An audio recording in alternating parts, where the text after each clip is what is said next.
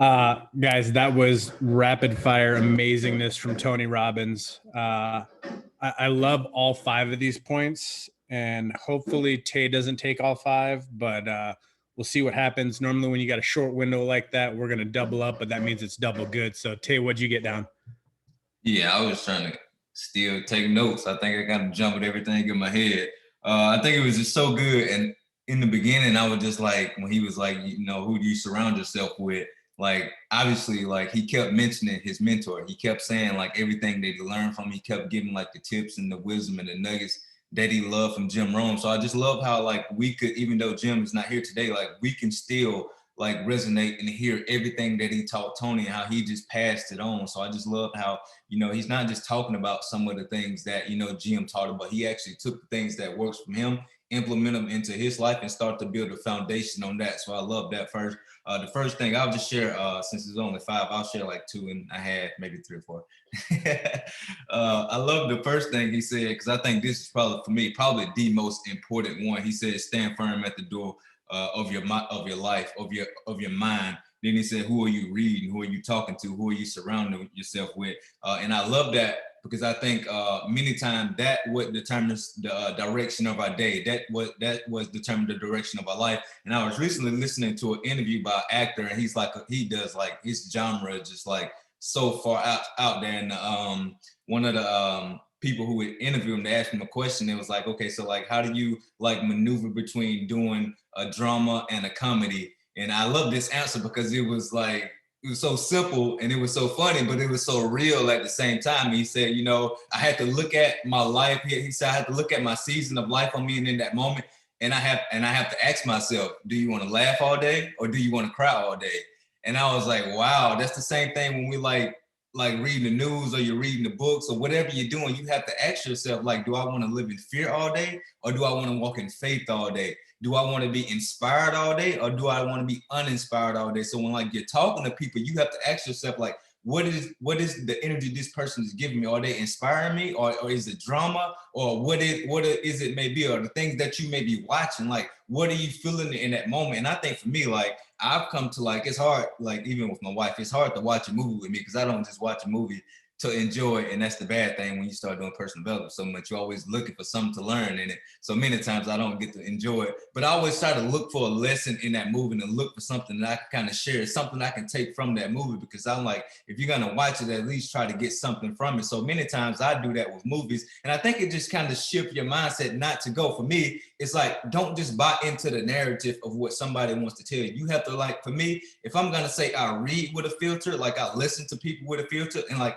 I do that because I always want to be open and not shut myself down because I don't agree with somebody, but I always want to be open and just be willing to hear somebody out. So many times when I say listen with a filter, like I can't turn this filter on and off. So if I'm going to do it with the conversations I have, many times I do it with the movies I watch, the things that I listen to as well. So that's just one way that I just kind of go about doing everything. Listen with a filter, understand like, what can I get out of this moment? What gold can I dig out of this? The second thing that he said, and I love this because it's obvious with Joe, he's always doing this. And it's like, for me, him and Steph, number one in the company, he do this every Tuesday now. He continue to show up, continue to pour out. It's like, he's giving us clues how to get where he's been or how to get where he's at. So like, why not show up and get those clues? Why not show up and build a foundation on that? And we've heard it before, and we've heard it all the time just within our company. He said, success leave clues. And he said, if you want to change your life, then you have to change yourself. And I love that. And the thing that I wrote down here is when he said he wanted to get serious about it. He said he read 700 books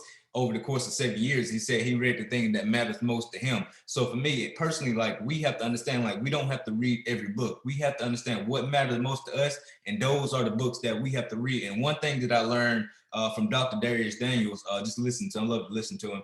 And I was going through a course with him, something so small, but I needed to hear it because last year I had this huge book goal, how many books I wanted to read. And this year I just dialed it back because like, I don't want to just read to just finish a lot of books. I want to like actually enjoy and learn and actually go out and apply the books. So if you're reading a book and not applying it, then you're missing the whole point. He said, don't read to finish, read the feed. He said you want to soak up everything that you need out of that book so that you can apply it to your life and literally change your life. Because I think many people read books and say it didn't do anything for them because they read the book, and then when they closed the book, they closed everything that they learned from it. They didn't actually look to like how can I let this, like I think we talked about it before. It's like and it said like, what do I want to get from this book? Ask yourself that before you even read the book. And if you ask yourself that, if you get that one thing and you get more, that's a bonus from getting that book. So many times we have to ask ourselves before we do anything, like, what do I want to get from this? And I think it takes you into this mentality of going in, actually looking for something specific out of that book, and everything else that you get is just extra. So I think for me, that type of mindset helps. And then just the last thing I'll share, and he said it numerous times, and I thought if you just listen to Tony and you just know how his life goes, you can see it. He said, develop a simple daily discipline. And I think that's the main thing for me. It's like we have to discipline ourselves, because we are the hardest persons to lead. Like, we can get on and tell you guys what to do all day long, but when we get out, feel like, what are we actually doing? That's the hard part, like actually controlling everything that you need to do for yourself, doing the things. So for me, I think just having those daily disciplines, I think he said, once you train yourself a habit in one area, then it's easier to do it in other areas. So for me, I think you have to just stack different habits, stack things in ways that when you try, like brushing your teeth, if you can brush your teeth and have some type of scripture, have some type of, if you got dream boards or whatever your goals is for that month, if you put that up on your mirror while you're brushing your teeth at the same time, like you're feeding your mind in that moment while you're doing it on top of a habit that you're gonna do every single day. So you already training yourself to like be focused on that goal when you start your day. So many times I think we just have to be intentional with our time, and most importantly, be intentional with our focus, because wherever your focus goes, that's where you're gonna go in the direction of your life. So I think if we do that and we actually take the things that we learned from this book and actually look to apply it. If you don't apply everything, try one simple thing that you can apply. And if you do that, then you should see changes and transform your life in the way that you want. So just so good. And I think it's always good to hear from Tony, because he's just so consistent. He's been doing this for a long time. And like, the proof is in the pudding. Like, we see his life, we see what he's done, and it wasn't by accident. It was from everything that he taught us. So if we can go out and duplicate just a tiny bit of that, then we can see our life change for the better too. So good. I don't know if anybody else caught this, but at the very beginning, when Tony Robbins says, I read something that changed my life, and then he proceeds to tell you what book it is, it's probably a good idea to go get the book. So first thing I did was look it up, and now I got to go use a Audible credit on it. It was The Magic of Believing by Claude Bristol. So make sure you go and pick that one up. So obviously the 5 keys of how to live your best life post-pandemic, but at the same time, he said, at any time you can apply these things and get to that next level in your life. And the first thing was Jim Rohn's quote of stand guard at the door of your mind. I love what he pointed out. He goes, we are in a clickbait society. All of the headlines are extreme, and the majority of them are built on a culture of fear. So what are you allowing into your life? He said, you need to feed your mind. Otherwise, somebody else will be feeding it for you. So if you constantly get bombarded with all of this clickbait, what are you doing purposefully to make sure that you're combating that? He said, read 30 minutes a day, because great ideas are never going to interrupt you. You have to pursue them. He said, and I know Tay pointed this out, which is, it's amazing. Learning for knowledge leads to foolishness, but learning that leads to action will radically change your life. Key number 2 was every day feed and strengthen your body. Guys, exercising and nutrition are so important. You know, we're a health and wellness company. We have supplements for your internal, and we have skincare and stuff designed for the external to keep you healthy. But like he said, getting up and even doing just 10 minutes of exercise a day is something that you absolutely should be doing to start out your day. He said, repetition is the mother of all skill. And courage doesn't mean just being without fear. It means being afraid and doing it anyways. So developing a discipline, a small daily discipline that you can knock out every single day, will build your self-esteem. It will build your courage, which will basically go all over the place. Number 3, Get a role model. Guys, if you are your only person you're hearing from, you are where you are because of all that you know.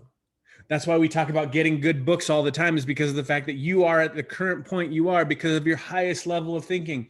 So how are you going to break through to that next level? You have to listen to higher level thinking. Go out, find a mentor. And that doesn't always mean just finding a person.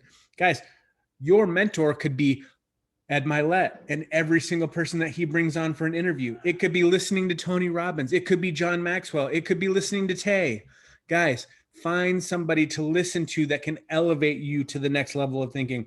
And then after that, number 4 was massive action. He said, do something, do anything. And then when you see what works, continue to do that. When you see what's not working, stop doing that. But whatever you need to do, you need to take massive action, because something will eventually work. And then you keep doing that. The people that see no results are the people that do little or no action. And number 5, give more than you expect to receive. Guys, we live in a culture here of It Works of gives back. It starts with giving back. He said, you never get beyond scarcity. So if you're waiting until you have more to give, you'll always be waiting before you can give.